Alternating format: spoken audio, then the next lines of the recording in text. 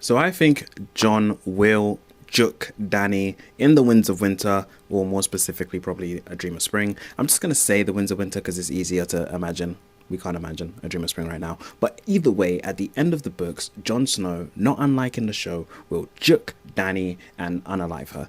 I think that will happen in the books. I think it's teased, and I'm going to explain why. I don't know how popular this theory is or isn't, but I want to talk about it. I think that the showrunners were given a note by George that said that said Jon will end Dany.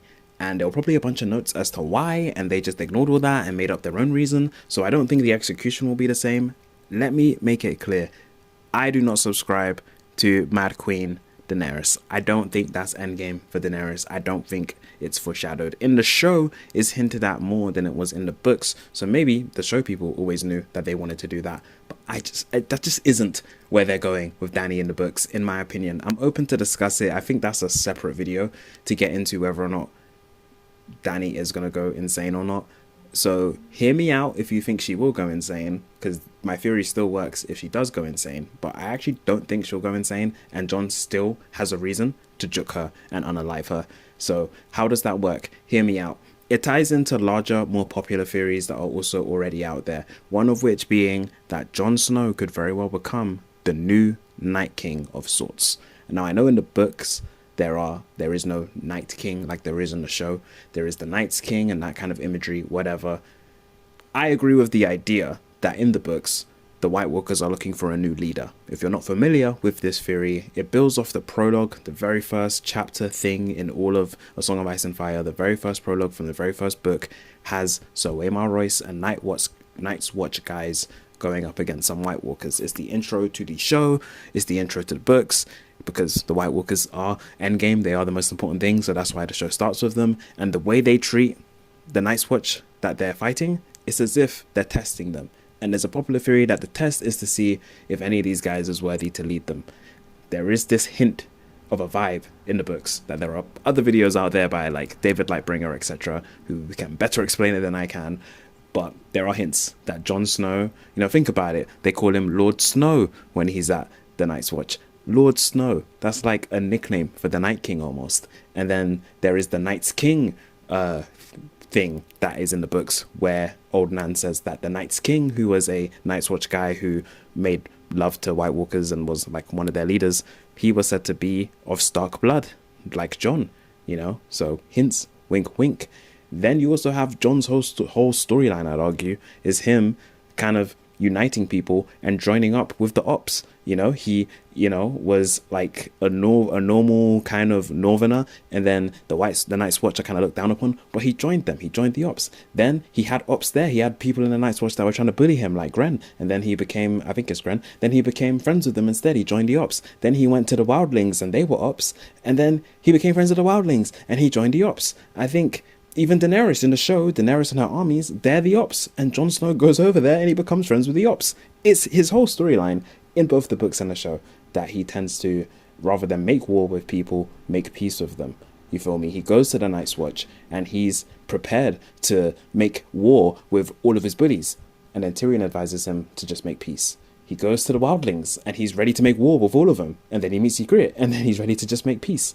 And then he goes to Daenerys and he isn't trying to make war with her, to be fair, but he still makes peace. And I think that's Jon's whole thing. I think that's his trend. I think that's a beautiful message to this whole story. So I think it makes sense that Jon would be one of the people to help bring about some kind of peace deal with the White Walkers. His is A Song of Ice and Fire. There's the Pact of Ice and Fire. That might be something else entirely. But I do believe in the books there is this whole hint about the previous Long Night possibly having ended with a pact. I forget to what extent that's canon and that's theory, but there is this idea in the fandom, at least, that the previous Long Night was not ended with swords and bloodshed, but was ended with some kind of peace deal with the White Walkers. This is canon. There was a pact of sorts. It might have been between the First Men and the Children of the Forest to defeat the White Walkers, but I think it still sets a precedent for these kind of deals being made, that maybe if Jon sacrifices his own life to become the new Night King and lead the White Walkers, he can lead them away from Westeros, thus saving Westeros. Maybe that's all they want.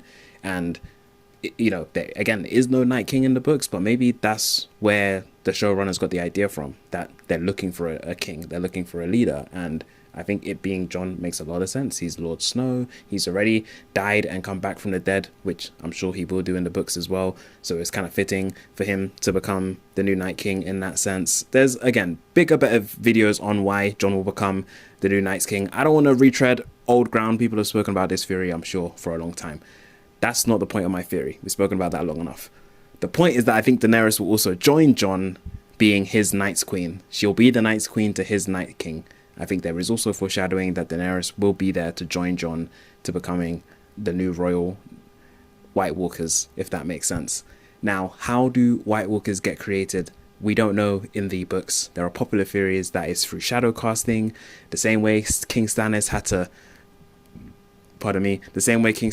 bang Melisandre to make a demon shadow that killed his brother. Maybe someone has to bang a White Walker or something to make more White Walkers. I don't know about any of that. It's a cool theory that the White Walkers in the books are like shadows, the same way Melisandre makes shadows.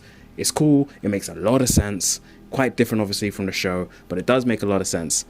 Either way, I think that the show didn't completely make up the process in which the Night King was created.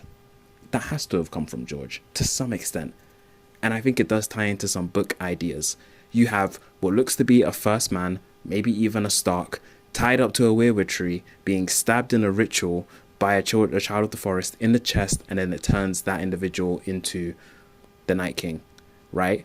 I have a cool theory in my head that that individual probably was a Stark, maybe betrayed by another Stark, maybe his brother, maybe Bran the Builder. And this was because Bran the Builder was, friends with the Children of the Forest, and his brother, the evil Stark, was with all the First Men burning all the weirwood trees. So then, maybe Brandon Stark, the Builder, defended to the Children of the Forest and was like, look, I don't mess with the First Men. They're burning your trees. I like your trees. I like you sexy green ladies. Maybe they were older ones, not the children. But either way, he goes and he teams up with the Children of the Forest to try and, defeat the First Men. And he kind of betrayed his own kind. Either way, he ties up his brother, tries to turn him into a White Walker weapon against the First Men, backfires.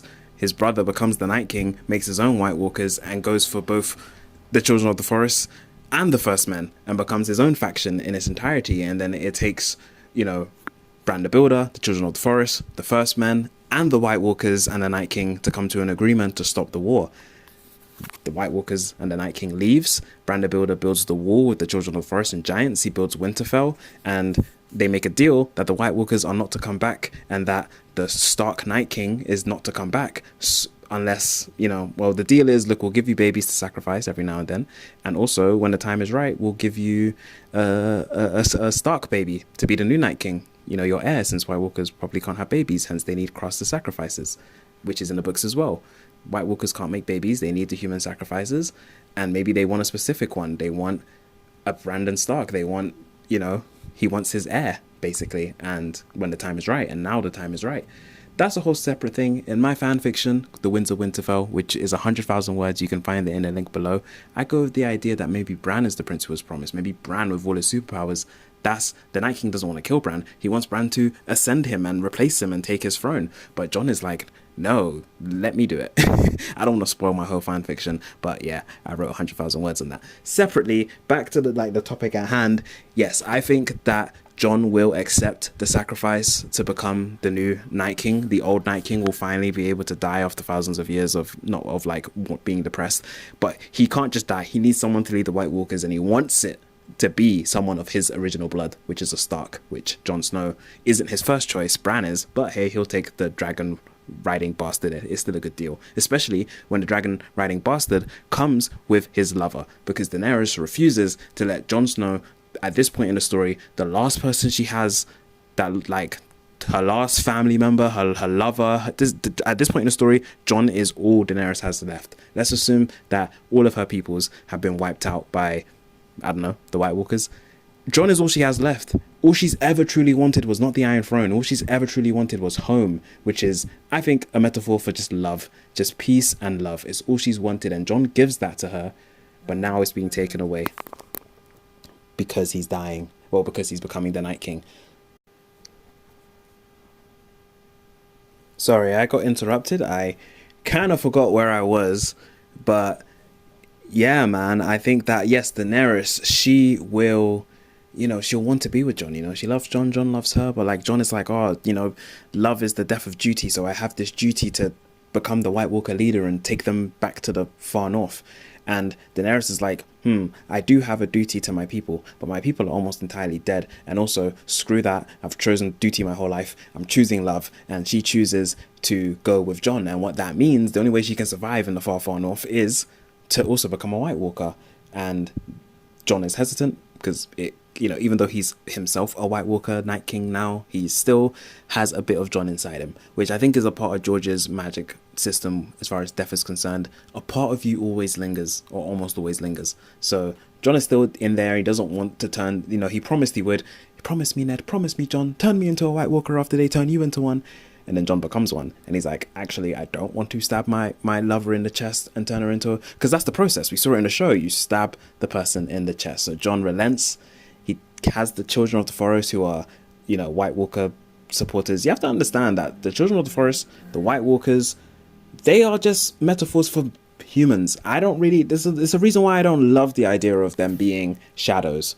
Because though George has said the White Walkers don't necessarily have their own civilization, yes, they're kind of a pseudo-human or like a weird human. But like, I think the story works best when the White Walkers and the Children of the Forest can be allegorical for just humans, like just different kinds of humans. I mean, they're human shaped. They kind of act like humans. Children of the Forest, some say they can mate with humans, so, is old Nan the child of Leaf and Brynden Rivers? Who knows? Shiera Seastar would be pissed. But what matters is the idea that the White Walkers, they do have a human element to them despite everything, and thus there could be Children of the Forest who are against the other Children of the Forest and who side of the White Walkers. There could be White Walkers that side of humans. There could be humans... We know there are humans that side of White Walkers.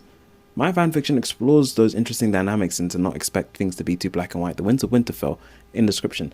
Anyway, so yeah, Jon stabs Dany in the chest. He ties her up to this tree, and not unlike in the show, he kisses her while stabbing her in the chest, but she knows it's coming, and she wants it to happen. She sacrifices herself. Jon sacrifices himself for the world, but she sacrifices herself for Jon. She turns into a White Walker queen lady, and her and Jon lead the army of the dead to the far north. Now, this, I could imagine, could be roughly the kind of notes that George gave the showrunners, and they just took their favorite bits and ran with it. He could have said, look, Jon is going to stab Dany, but it's in relation to them becoming, the new Knights King and Queen. It's a voluntary thing. It's actually like a beautiful, romantic, tragic, bittersweet, because it is bitter and sweet. How is that not the definition of bitter and sweet? It's sweet because Jon and Dany get to be together forever. Jon and Dany, in my ending, get to be together forever, and that is quite sweet, isn't it? But it's also super bitter because they're going to spend eternity potentially as ice demons in the cold wasteland of the far north. We don't know if it's going to be a good or bad time. And also, they're functionally dead. Jon and Dany are dead. This is a different form of them. So it's also a very bitter ending, actually. And also, the White Walkers were not defeated. They had to just be we had to just make a deal with them and send them away. So it's also a very bitter ending. But I do think Daenerys is destined to not survive to the end of the series. We know Bran is going to become king. So what happens with Daenerys in the show? Jon kills her. I actually think that will happen in the books, but I think it will happen like how it happens in the Winds of Winterfell, my fanfiction down below. I think Jon will stab Daenerys and she'll willingly let it happen because it will be on a weirwood tree, turning her also into a White Walker queen after he becomes a White Walker king. And then, not unlike in the show, Drogon and Daenerys will fly off into the unknown lands. In the show, she's dead and Drogon flies off with her body. We don't know where, maybe Essos. I'm saying in the books it'd be her riding off on Drogon dead to the far north, but she wouldn't be dead, she'd be undead as a White Walker, and she'd be alongside Jon, who in the show ends his story in the far north, which I think is right, but that's all they took. That's all the showrunners took from George's notes, was that Jon ends Dany ends up in the north, and I've added in all these extra details that I imagine they skipped over in my fan fiction. What season 8 could have been, The Winds of Winterfell. Link in the description, 100,000 words. But yeah, that's my theory as to how I think. Again, if you want to read the full thing, find out more, link in the description. But that's pretty much my theory as to why I think Dany and Jon will both be the Night King and the new Night King, Night Queen duo. I think Jon will stab Dany like in the show, but it will make a hell of a lot more sense because he'll be doing it out of love. He won't want to do it, but she'll beg him to do it so that she can be with him because she doesn't want Jon to leave her again, you know. Yeah, so that's my theory. I think there's credit there. I think you guys let me know in the comments below what you think. I think Jon will do it, but it'll be completely different in the books. Basically, is my summary. I think Jon will end up in the far north, but it'll be completely different. In the show, arguably Jon is the king of Beyond the Wall. You know, like I feel like the wildlings would look to Jon as a leader after everything he's been through. So maybe it's not Tormund. Maybe after Jon goes to live with the wildlings at the end of the show, they look at him like a king beyond the wall, and he's in the far north. And my ending that I'm suggesting in the books and in my fanfiction is the same. He is the king beyond the wall in the far north, but he's a different kind of king beyond the wall. He's the Night King.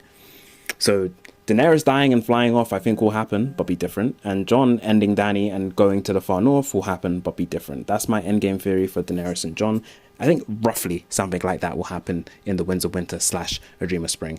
But you guys let me know if you think I missed something, if there's evidence in my favor, evidence against it. Let me know what you guys think. If you think this sounds cool, that this could be interesting. I think it's super bittersweet. It's beautiful. I think Jon and Dany are a great couple. I ship them heavy. So we get a lot of that in my fanfic. Anyway, peace out.